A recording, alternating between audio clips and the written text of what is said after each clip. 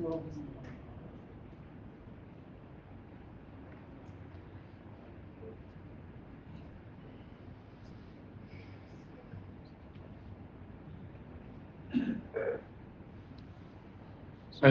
لله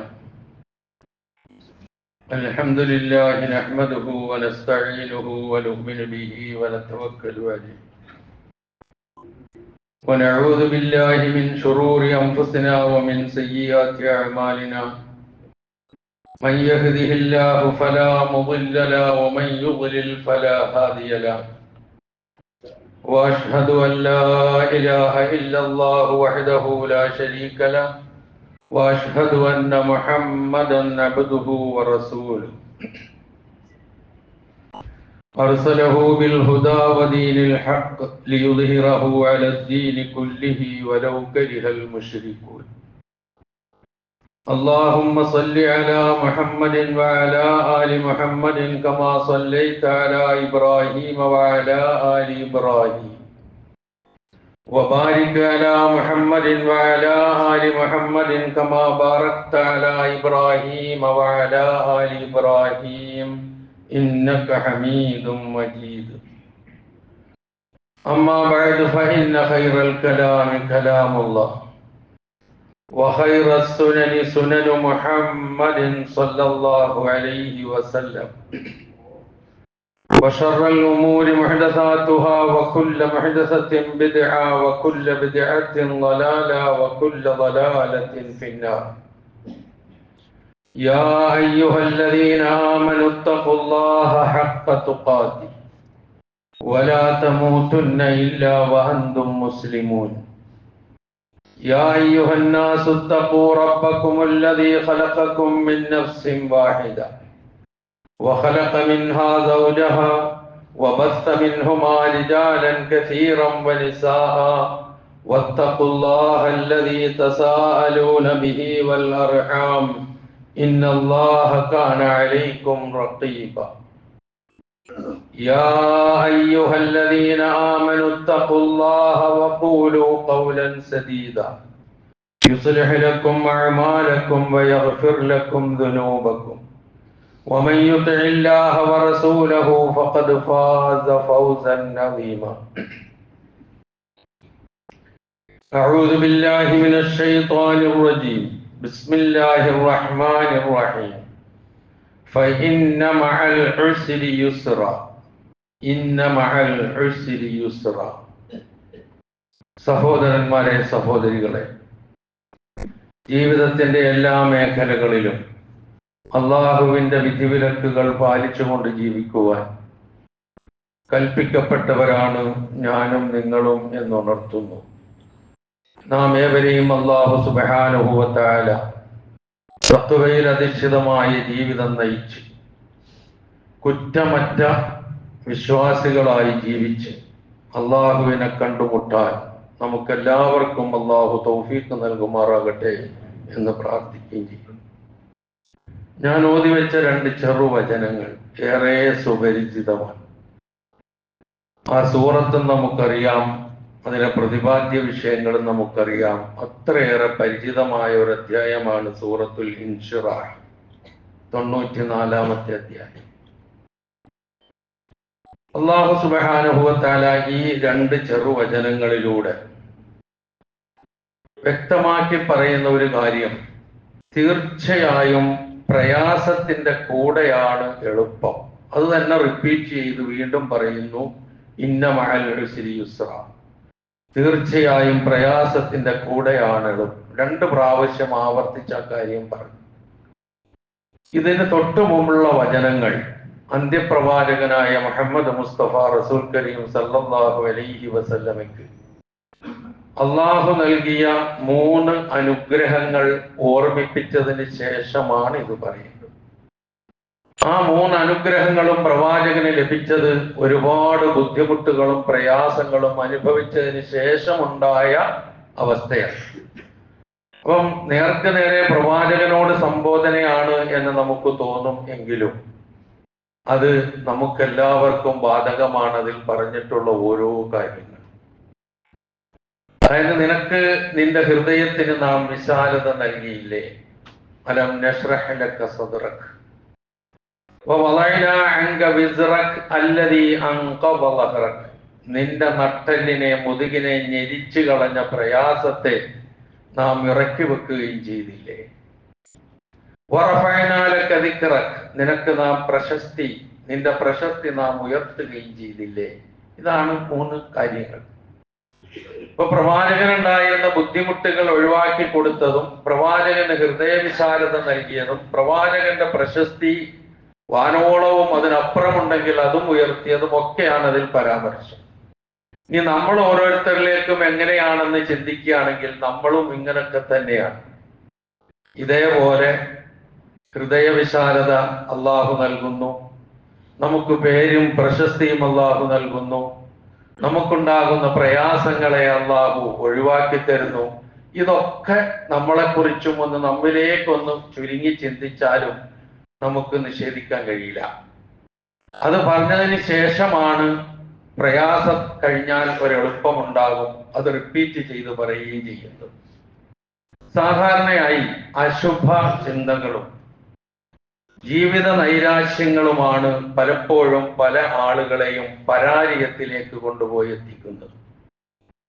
ഏതെങ്കിലും ഒരു രംഗത്ത് ഒരല്പം ഞെരുക്കം, പ്രയാസം അനുഭവപ്പെടുമ്പോഴേക്ക് മടുപ്പ് ബാധിച്ച് എല്ലാം കഴിഞ്ഞു, ഇനി ഒന്നും ഇല്ല, ഒന്നിനും ഇല്ല, ഒന്നിനും കഴിയില്ല എന്ന ധാരണയിൽ എത്തിച്ചേർന്ന് പിടിക്കാനാവാത്ത നിലയിൽ, നിയന്ത്രിക്കാനാവാത്ത നിലയിലുള്ള മാനസികമായ സംഘർഷത്തിന് വിധേയരായി സ്വയം നശിക്കുക, ആത്മഹത്യ ചെയ്യുക എന്നുള്ളതിലേക്ക് എത്തിച്ചേരുന്നു പലപ്പോഴും. ഇന്ന് ആത്മഹത്യ എന്ന് പറയുന്ന ഒരു വാർത്തയല്ലാതായി മാറിയിട്ടുണ്ട്. ദരിദ്ര നാരായണന്മാർ മുതൽ ശതകോടീശ്വരന്മാർ വരെ ജാതിയും മതവും ലിംഗവും വർഗവും വർണ്ണവും പ്രായവും ഒന്നും ഭേദമില്ലാതെ നിരന്തരമായി കേട്ടുകൊണ്ടിരിക്കുക. പണ്ടൊക്കെ ഒരു ആത്മഹത്യ എന്ന് കേൾക്കുമ്പോൾ നമ്മൾ ഞെട്ടി എന്താണെന്നുള്ള ഒരു അവസ്ഥയിലേക്ക് എത്തുന്നതൊരു വിഷയമല്ലാതായി മാറിയിരിക്കുന്നു. ഈ ഒരു അവസ്ഥയിലേക്ക് എത്തുന്നതിന് കാരണം ഇതാ, മനുഷ്യനാണ്. ജീവിതത്തിൽ പ്രയാസങ്ങൾ ഉണ്ടാവും. എന്നും ഒരേ അവസ്ഥയല്ല ജീവിതം. സുഖമുണ്ടാകും, ദുഃഖമുണ്ടാകും, സന്തോഷമുണ്ടാകും, സന്താപമുണ്ടാകും, ഏറെ ആഹ്ലാദകരമായ കാര്യമുണ്ടാകും, ഏറെ പ്രയാസകരമായ കാര്യമുണ്ടാകും, രോഗമുണ്ടാകും, ആരോഗ്യമുണ്ടാകും. ഇതൊക്കെ രാവും പകലും പോലെ ജീവിതത്തിലുള്ള കാര്യമാണ്.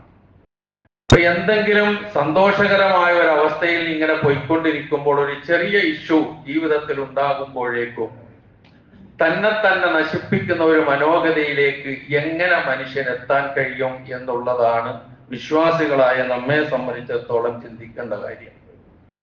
ഒരുപാട് പ്രശ്നങ്ങളുടെ പേരിൽ ഇന്ന് ആത്മഹത്യകൾ നടക്കുന്നുണ്ട്. ഞാൻ നേരത്തെ സൂചിപ്പിച്ച പോലെ സമ്പത്തിന്റെ ഉച്ചകോടിയിൽ ഇരിക്കുന്ന ആൾക്കാർ പോലും, അതൊക്കെ ഇപ്പൊ ചർച്ച ചെയ്തുകൊണ്ടിരിക്കുന്ന വിഷയം, അതിലേക്കൊന്നും ഞാൻ പോകുന്നില്ല. കഴിഞ്ഞ ദിവസം നാം വായിച്ച ഒരു 3 റിപ്പോർട്ടുണ്ട്, 2 റിപ്പോർട്ടുണ്ട്. അതിലൊന്ന് 16 വയസ്സും 14 വയസ്സും 12 വയസ്സും പ്രായമുള്ള 3 പെൺകുട്ടികൾ, അവരുടെ മാതാപിതാക്കൾ മൊബൈൽ ഉപയോഗവുമായി ബന്ധപ്പെടുത്തി ഗെയിമിന് അഡിക്റ്റ് ആയിരുന്ന കുട്ടികളോട് അത് ഒഴിവാക്കാൻ ആവശ്യപ്പെട്ടതിന്റെ പേരിൽ ഗെയിമില്ലാതെ ഞങ്ങൾക്ക് ജീവിക്കാനാവില്ല, ഇതാണ് ഞങ്ങളുടെ ലോകം എന്ന് ഡയറിയിൽ എഴുതി വെച്ചിട്ട് 3 ആളും കൂടി ഒരു അപ്പാർട്ട്മെന്റിന്റെ 9ാമത്തെ നിലയിൽ നിന്ന് ചാടി ആത്മഹത്യ ചെയ്ത സംഭവം നമ്മൾ വായിച്ചു. നമ്മളത് വായിച്ചു പോയി. അതേപോലെ തന്നെ തൊട്ടടുത്ത് നമ്മൾ വായിച്ചു ഒരു 9ാം ക്ലാസ്സുകാരൻ, 14 വയസ്സുള്ള പയ്യൻ, അവൻ തൂങ്ങി മരിക്കുക ചെയ്ത. ഇത് രണ്ടും ഇന്നലെ നമ്മൾ വായിച്ച റിപ്പോർട്ടുകളാണ്. നിങ്ങൾ വായിച്ചിട്ടുണ്ട്. റിപ്പോർട്ട് പറയാൻ വേണ്ടിയിട്ടല്ല ഞാൻ പറയുന്നത്. അതും മൊബൈലിന്റെ അഡീഷനുമായി ബന്ധപ്പെട്ട കാര്യം തന്നെയാണ്. ഇങ്ങനെയുള്ള സംഭവങ്ങൾ ഒരുപാട് നമ്മൾ കേൾക്കുന്നുണ്ട്. ചെറിയ ചെറിയ കുട്ടികൾ മുതൽ, അതായത് LP ലോവർ പ്രൈമറി തലത്തിൽ പഠിക്കുന്ന കുട്ടികൾ മുതൽ ബിരുദാനന്തരം വരെയുള്ള, അതിനപ്പുറവും പ്രായമുള്ള ലെവലിലൊക്കെ ഉള്ളത് നമ്മൾ കേൾക്കുന്നുണ്ട്. ഇത്തരം സംഭവങ്ങൾ ഇതൊക്കെ ഒരു നിമിഷം കൊണ്ട് സംഭവിക്കുന്ന കാര്യങ്ങളാണെന്ന് നമുക്കറിയാം. ഉപ്പ എന്നെ ചീത്ത പറഞ്ഞു, ഉമ്മ എന്നെ ചീത്ത പറഞ്ഞു, വാപ്പ എന്നെ അടിച്ചു, അല്ലെങ്കിൽ എന്നോട് മൊബൈൽ ഉപയോഗിക്കരുത് എന്ന് പറഞ്ഞു, അത് കളിക്കരുത് എന്ന് പറഞ്ഞു, ഇത് ഇങ്ങനെയുള്ള ചിന്തകൾ വരുമ്പോൾ ആ ചിന്തകളിൽ നിന്ന് തനിക്ക് തികഞ്ഞ മനസാന്നിധ്യം എടുക്കാൻ എന്തിനാണ് എൻ്റെ ഉപ്പ എന്നെ ഇതിന് ശാസിച്ചത്, അല്ലെങ്കിൽ എൻ്റെ വാപ്പ ഇതിന് ശാസിച്ചത്, എൻ്റെ ഗുരുനാഥൻ ഇതിന് ശാസിച്ചത്, അങ്ങനെ ചിന്തിക്കൂല. ശാസിച്ചു, ഇനി ഞാൻ ജീവിച്ചിരിക്കില്ല. ഇതാണ് അവസ്ഥ. ഈ മാനസികാവസ്ഥയിലേക്ക് പോകുന്നിടത്ത് ആരും മോശക്കാരല്ല. ആ മനസ്സിനെ തിരിച്ചു പിടിക്കുകയും ആ തികഞ്ഞ മനസാന്നിധ്യത്തോടു കൂടി ജീവിക്കുകയും ചെയ്യാൻ കഴിയുമ്പോഴാണ് ഇതൊക്കെ ജീവിതത്തിലുള്ളതാണ്. അതിജയിച്ചു പോകണം.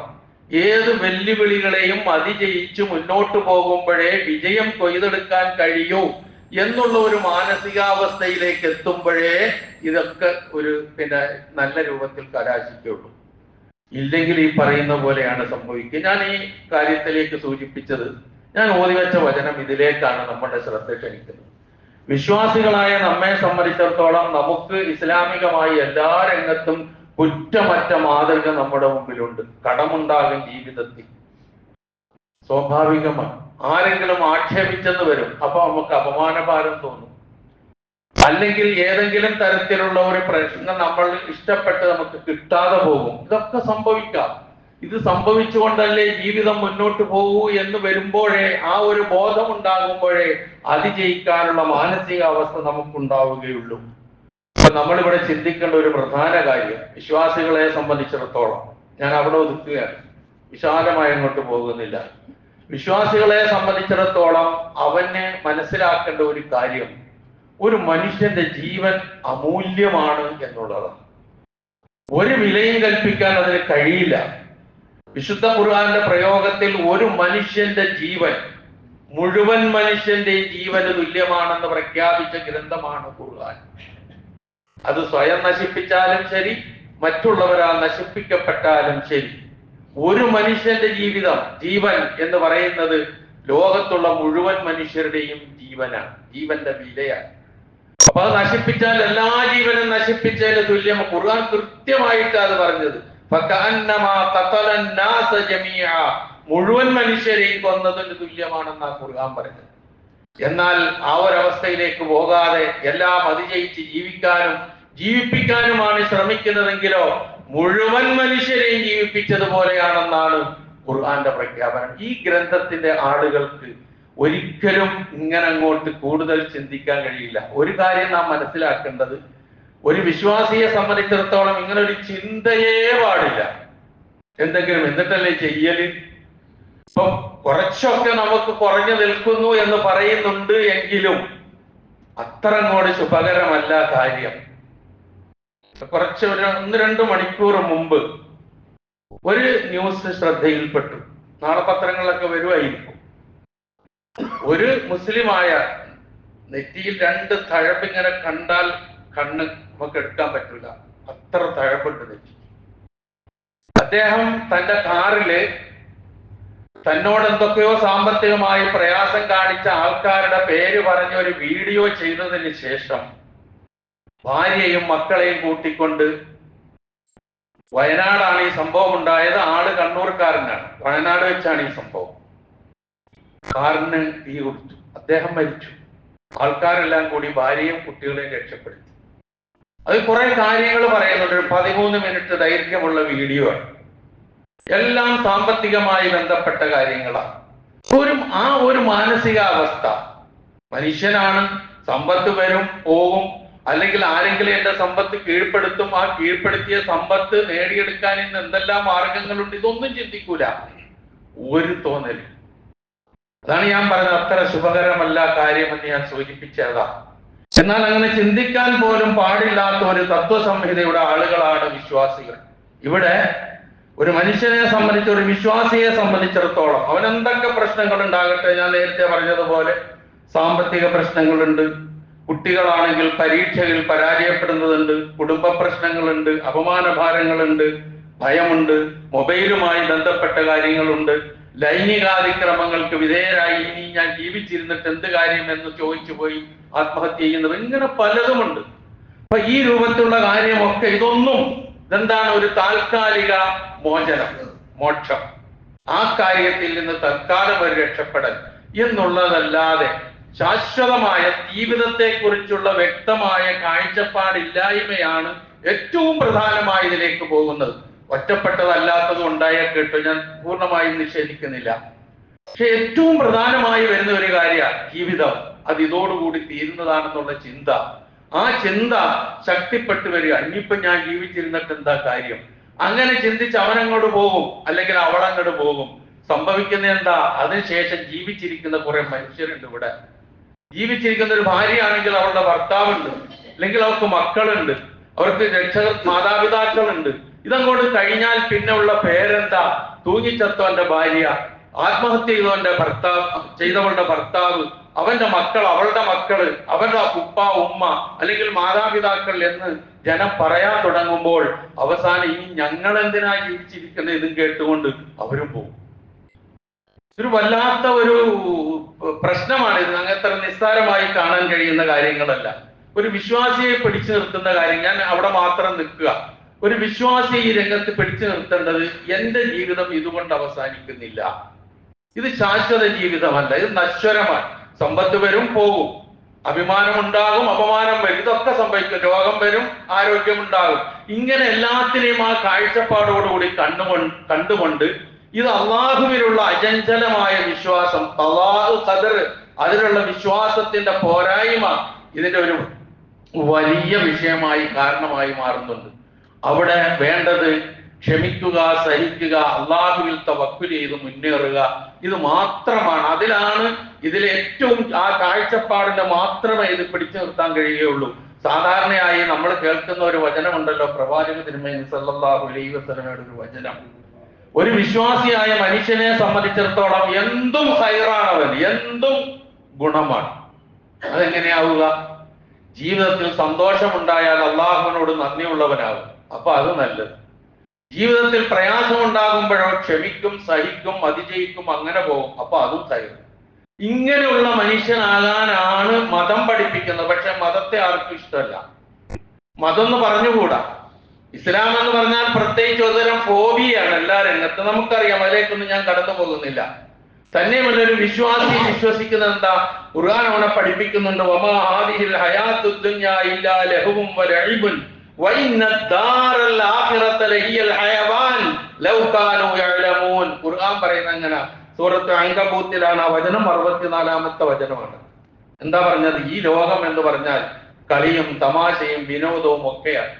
വഇന്ന ദാറൽ ആഖിറ, തീർച്ചയായും പരലോക ഭവനം, ലഹിയൽ ഹയവാൻ, അതാണ് ശാശ്വതം, അതാണ് എന്നെന്നും ഉണ്ടാവുക. എന്നിട്ട് പറയുന്നു ലൗ കാനൂ യഅലമൂൻ. ഇത് മനസ്സിലാക്കേണ്ട കാര്യം. മനസ്സിലാക്കാതിരുന്നാലാണ് നേരത്തെ പറഞ്ഞതുപോലുള്ള കാര്യങ്ങൾ വരിക. തന്നെയുമല്ല, അല്ലാഹു സുബ്ഹാനഹു വ തആല കനിഞ്ഞു നൽകിയ ആയുസ്, ജീവൻ എന്ന് പറയുന്നത് കളയാനുള്ളതല്ല എന്ന് ഞാൻ സൂചിപ്പിച്ചു. അതിന്റെ വിലയും പറഞ്ഞു. ഇവിടെ നമ്മൾ നോക്കുക, ജുന്ദുബ് ഇബ്നു അബ്ദുല്ലാഹ് റളിയല്ലാഹു അൻഹു നിവേദനം ചെയ്യുന്ന ഒരു ഹദീസിൽ കാണാം, ഒരിക്കൽ നബി സല്ലല്ലാഹു അലൈഹി വസല്ലം പറഞ്ഞു, നിങ്ങളുടെ മുൻഗാമികളായ ഒരാൾക്ക് ഒരു മുറിവ് പറ്റി, ശരീരത്തിൽ ഒരു മുറിവ് പറ്റി. അയാൾ അക്ഷമനായി, ക്ഷമയില്ലാത്തവനായി. എന്നിട്ട് എന്ത് ചെയ്തു? ഒരു കത്തിയെടുത്തു, കൈ മുറിച്ചു. കയ്യിൽ നിന്ന് രക്തം ധാരധാരയായി ഒഴുകി, അവസാനം മരണപ്പെട്ടു. അങ്ങനെ ആ ഒരു സംഭവം ഉദ്ധരിച്ചുകൊണ്ട്, അതിനെ പ്രതികരിച്ചുകൊണ്ട് അള്ളാഹു നിലപാട് വ്യക്തമാക്കി പറഞ്ഞ ഒരു വചനമുണ്ട്. അള്ളാഹുവിന്റെ വചനമായി നബി സല്ലല്ലാഹു അലൈഹി വസല്ലം പറയുന്നുണ്ട്, ബാദറനി അബ്ദി ബിനഫ്സിഹി ഹറംതു അലൈഹിൽ ജന്ന. എന്റെ ദാസൻ തിരക്ക് പിടിച്ച് എന്റെ അടുക്കലേക്ക് വന്നു. ആ വാക്ക് ശ്രദ്ധിക്കണം.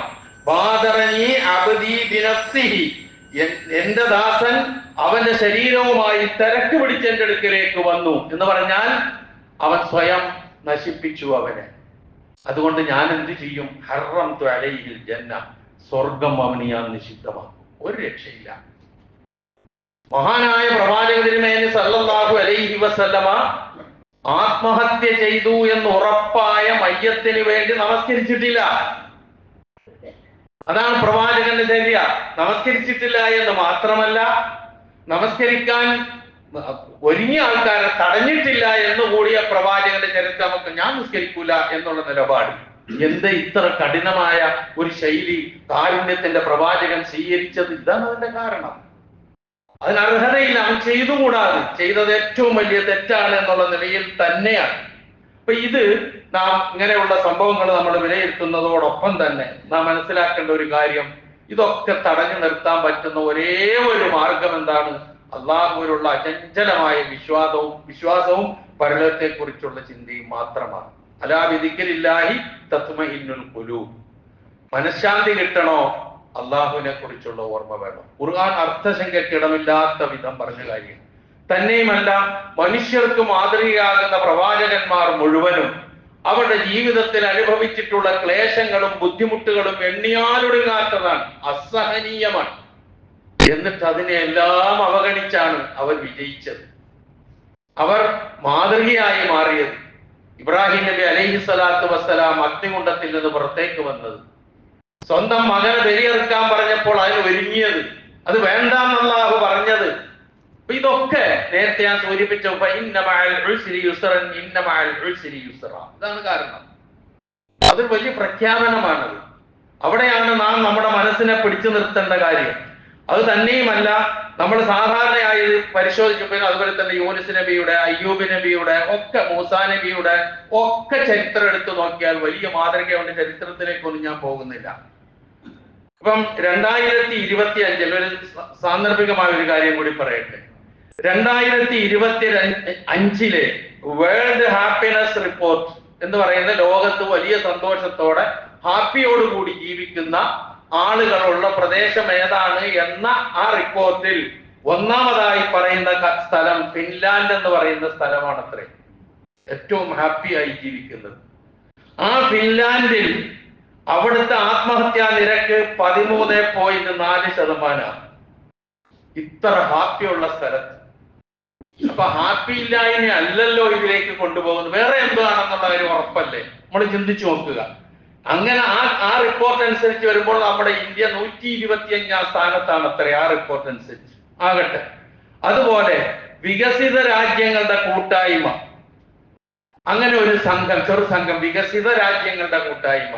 ആ വികസിത രാജ്യങ്ങളുടെ കൂട്ടായ്മ എന്ന് പറയുമ്പോൾ എല്ലാം തികഞ്ഞ രാജ്യങ്ങൾ എന്നാണല്ലോ വികസിതം എന്ന് പറയുന്നത്. വികസിതം എന്ന് പറഞ്ഞാൽ എല്ലാം വികസിച്ചു കഴിഞ്ഞ രാജ്യമല്ലേ. അപ്പൊ ആ നിലയിലുള്ള രാജ്യത്തിന്റെ അവസ്ഥ എന്താ? അവിടെ 12.5% ആത്മഹത്യാ നിരക്ക്. ഇത്ര വലിയ എല്ലാം കൊണ്ടും തികഞ്ഞ രാജ്യങ്ങൾ എന്ന് പറയുന്ന സ്ഥലങ്ങളിൽ. അതേസമയം 6ാം നൂറ്റാണ്ടെന്ന് പറയാറില്ലേ, ഇസ്ലാമിനെതിരെ ആരോപണങ്ങൾ, പരിഹാസങ്ങൾ, ഏതെല്ലാം തരത്തിലുള്ള ഫോബിയകളാണ് അതുമായി ബന്ധപ്പെടുത്തി പ്രചരിപ്പിച്ചുകൊണ്ടിരിക്കുന്നത്. അത് അങ്ങനെയാണ്, ഇങ്ങനെയാണ്, മനുഷ്യനെ നശിപ്പിക്കാനുള്ളതാണ്, സ്വാതന്ത്ര്യം നൽകാത്തതാണ്, സ്ത്രീകൾക്ക് സ്വാതന്ത്ര്യമില്ല, ആർക്കും സ്വാതന്ത്ര്യമില്ല, ഒരു ജാതി മതമാണ് എന്നൊക്കെ പറഞ്ഞുകൊണ്ട് 6ാം നൂറ്റാണ്ടിൽ എന്ന് പറഞ്ഞ് ഇപ്പോഴും പറഞ്ഞുകൊണ്ടിരിക്കുന്ന ആൾക്കാരുണ്ടല്ലോ ഈ നൂറ്റാണ്ടിലും. ആ 6ാം നൂറ്റാണ്ട് എന്ന് പരിഹസിക്കുന്ന, ഇസ്ലാമിനെ കുറിച്ച് പുച്ഛിക്കുന്ന ആ പ്രദേശം, ഇസ്ലാം ഉദയം കൊണ്ട, വിശുദ്ധ ഖുർആൻ അവതരണീയമായ ആ നാട് സൗദി അറേബ്യയാണെന്ന് നിങ്ങൾക്ക് എല്ലാവർക്കും അറിയാം. അവിടെയാണല്ലോ ഹിറാ ഗുഹയൊക്കെ ഉള്ളത്. അവിടെ നിന്നാണ് ഇതിന്റെ ഉത്ഭവം. അവിടെ നിന്നാണല്ലോ ഖുർആൻ അവതരിച്ചതും വരുന്നതും ഒക്കെ. ചരിത്രത്തിലേക്കൊന്നും പോവുകയല്ല. അവിടുത്തെ ആത്മഹത്യാ നിരക്ക് എത്രയാണെന്നറിയോ? 0.95% എന്ന് പറയുന്നത് 1% പോലും ഇല്ല. ഇതെന്താ അങ്ങനെ വരുന്നത്? ആ 0.95% തന്നെ അവിടെയുള്ള ആൾക്കാരാണോ, അവിടെ അതെല്ലാം നാട്ടിൽ വന്ന് കൂടിയവരാണോ എന്ന് പോലും അറിയില്ല. അത്രയേ ഉള്ളൂ. എന്താ ഇങ്ങനെ ഒരു ബോധം വരാൻ കാരണം? ഈ ബോധമാണ് മനുഷ്യനെ നയിക്കേണ്ടത് ലോകത്ത്.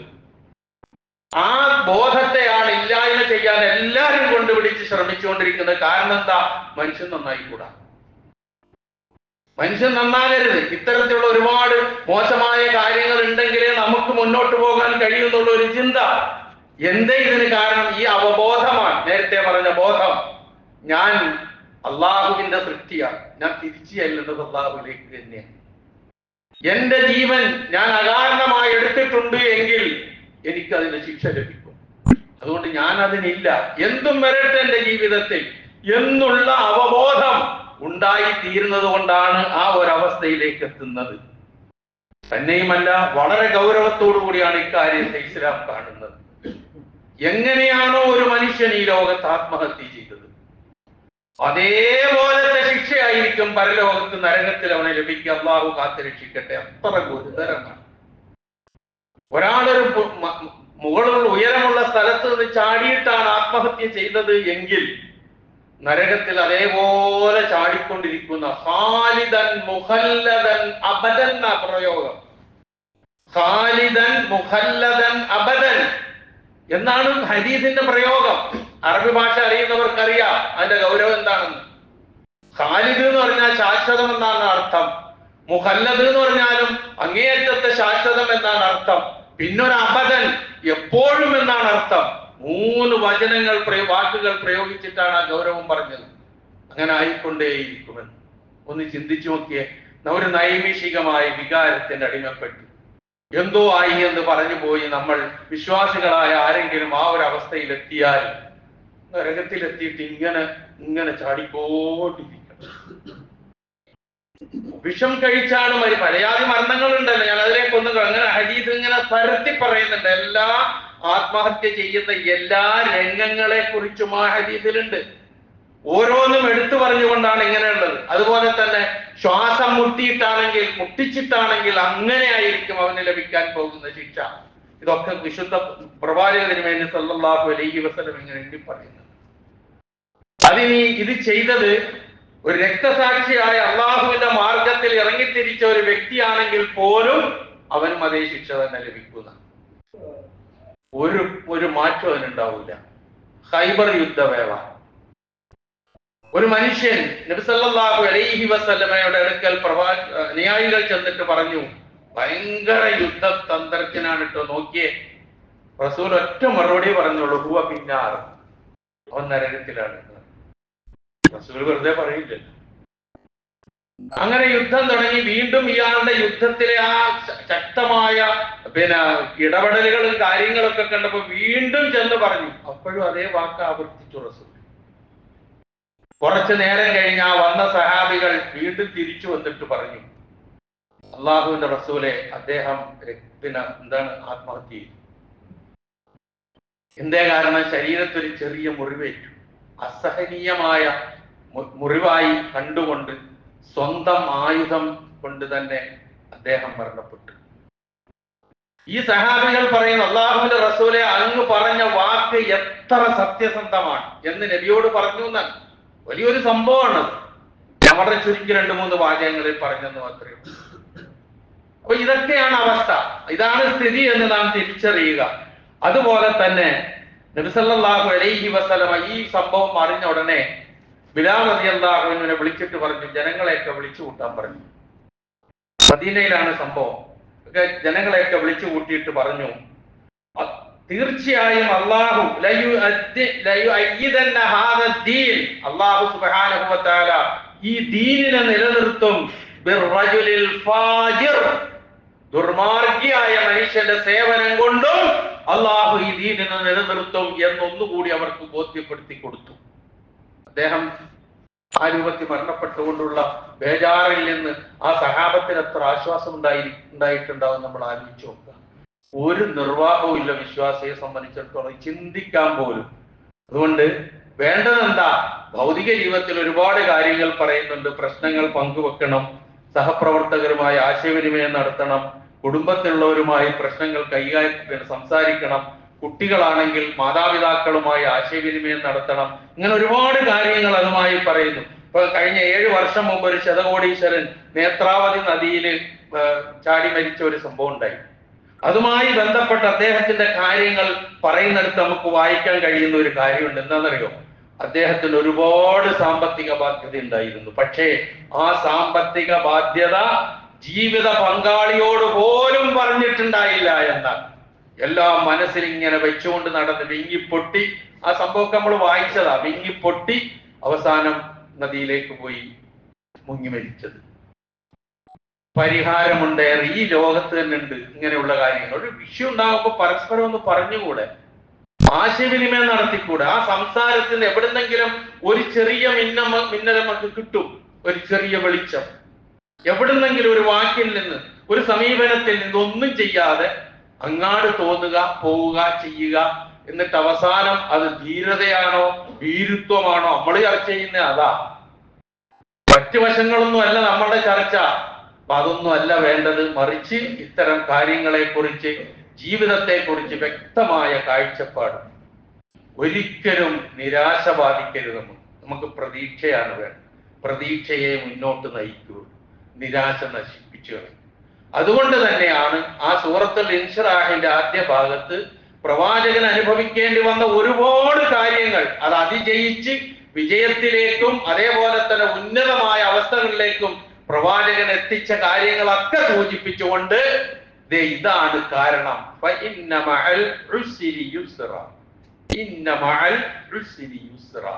വലിയ സന്ദേശമാണ് ആ രണ്ട് വചനങ്ങൾ.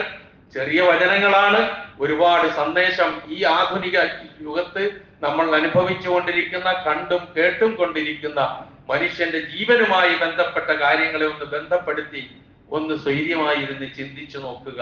നമുക്ക് ഒരുപാട് കാര്യങ്ങൾ കിട്ടും. അല്ലാഹു സുബ്ഹാനഹു വ തആല അവന്റെ നിയമങ്ങളും നിർദ്ദേശങ്ങളും പാലിച്ചുകൊണ്ട് ജീവിക്കുന്ന അവന്റെ യഥാർത്ഥ ദാസന്മാരുടെ കൂട്ടത്തിൽ എന്നെയും നിങ്ങളെയും ഉൾപ്പെടുത്തുമാറാകട്ടെ.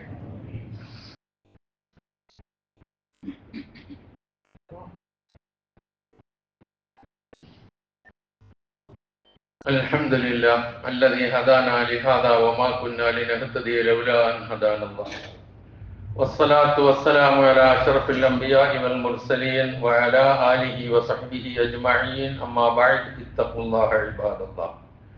ഒരിക്കൽ കൂടി അള്ളാഹുവിന്റെ അജ്ഞാനുവർത്തികളായി ജീവിക്കുവാൻ ഞാൻ ഉണർത്തുന്നു. കരുണാവാരിധിയായ അല്ലാഹു സുബ്ഹാനഹു വ തആല സത്യവിശ്വാസികളായ ആളുകൾക്ക് നൽകുന്ന വിലമതിക്കാനാവാത്ത പുണ്യങ്ങൾ പെയ്തിറങ്ങുന്ന പരിശുദ്ധ റമദാൻ മാസത്തെ വരവേൽക്കാൻ കാത്തിരിക്കുകയാണ് നമ്മളെല്ലാവരും. ഇൻഷാ അല്ലാഹ് 13 ദിവസം, 12-13 ദിവസം പിന്നിട്ടാൽ നോമ്പിലേക്ക് നമ്മളെത്തും, നോമ്പ് നമ്മിലേക്ക് എത്തും. റഹ്മാനായ റബ്ബ് വിശ്വാസികളോട് കാണിക്കുന്ന ഏറ്റവും വലിയ അനുഗ്രഹം ഒരുപാട് റമദാനുകളിൽ ജീവിച്ചിരിക്കാൻ കഴിയുക എന്നുള്ളതാണ്. ഒരു വർഷം റമദാനിൽ ജീവിച്ചിരിക്കാൻ കഴിഞ്ഞാൽ അത് വലിയ രക്തസാക്ഷിത്വത്തെക്കാൾ പ്രതിഫലമുള്ള കാര്യമാണ് എന്ന് നബി സല്ലല്ലാഹു അലൈഹി വസല്ലമ നമുക്ക് പറഞ്ഞു തരുന്നുണ്ട്. അങ്ങനെയുള്ള നാളുകളാണ് നാം കാത്തിരിക്കുന്നത്. കുറെ റമദാനുകൾ നമ്മിൽ നിന്ന് കഴിഞ്ഞുപോയി. ചെയ്യാവുന്ന അമലുകളൊക്കെ നമ്മൾ ചെയ്തിട്ടുണ്ടാകും. അല്ലാഹു സുബ്ഹാനഹു വ തആല പൂർണ്ണമായും നമ്മിൽ നിന്ന് സ്വീകരിക്കുമാറാകട്ടെ. ആസന്നമാകുന്ന റമദാൻ അതിനേക്കാൾ ശക്തമായി ഈമാനും തഖ്വയും കൈമുതലാക്കിക്കൊണ്ട് കൂടുതൽ പുണ്യം നേടി അള്ളാഹുവിലേക്ക് അടുക്കാനുള്ള അവസരമായിരിക്കാൻ, പൂർണ്ണ ആരോഗ്യത്തോടുകൂടി അതിനെ നേരിടാൻ, സ്വാഗതം ചെയ്യാൻ, അത് അനുഷ്ഠിക്കാൻ, അതിലെ കർമ്മങ്ങൾ ചെയ്യാൻ അള്ളാഹു നമുക്ക് തൗഫീക്ക് നൽകുമാറാകട്ടെ. നാം ഒരുങ്ങുക, മാനസികമായി പ്രാർത്ഥിക്കുക അള്ളാഹുവിനോട് ആ ദിവസങ്ങൾ കിട്ടാൻ വേണ്ടി, അത് നഷ്ടപ്പെടാതിരിക്കാൻ വേണ്ടി. ഞാൻ പറഞ്ഞല്ലോ, ഒരു വർഷം എന്ന് കിട്ടുക എന്ന് പറഞ്ഞാൽ ഒരു ചെറിയ കാര്യമല്ല. നമ്മുടെയൊക്കെ ആയുസ് വെച്ചൊന്ന് ചിന്തിച്ചു നോക്ക്. നോമ്പ് പിടിക്കാൻ തുടങ്ങിയ കാലം മുതൽ ഇപ്പൊ എത്ര വർഷമായിട്ടുണ്ടാകും. വലിയ ഭാഗ്യമാണ്, വലിയ അനുഗ്രഹമാണ് അള്ളാഹുവിന്റെ. അത്ര ഗംഭീരമാണ്, സവിശേഷതയുള്ളതാണ് റമദാൻ. അതിനെ നാടും വീടും പള്ളിയുമെല്ലാം ഒരുങ്ങി കാത്തിരിക്കുമ്പോൾ ഒരുങ്ങണം നമ്മുടെ മനസ്സും. അല്ലാഹു സുബ്ഹാനഹു വ തആല തൗഫീഖ് നൽകുമാറാകട്ടെ. ആസന്നമായ റമദാനിനെ എല്ലാ അർത്ഥത്തിലും സ്വീകരിക്കാനുള്ള തൗഫീഖ് അല്ലാഹു നമുക്ക് എല്ലാവർക്കും പ്രദാനം ചെയ്തു തരുമാറാകട്ടെ. നമ്മള് ഇന്ന് ഈ മാസത്തെ റിലീഫിലേക്കുള്ള കളക്ഷന്റെ ദിവസം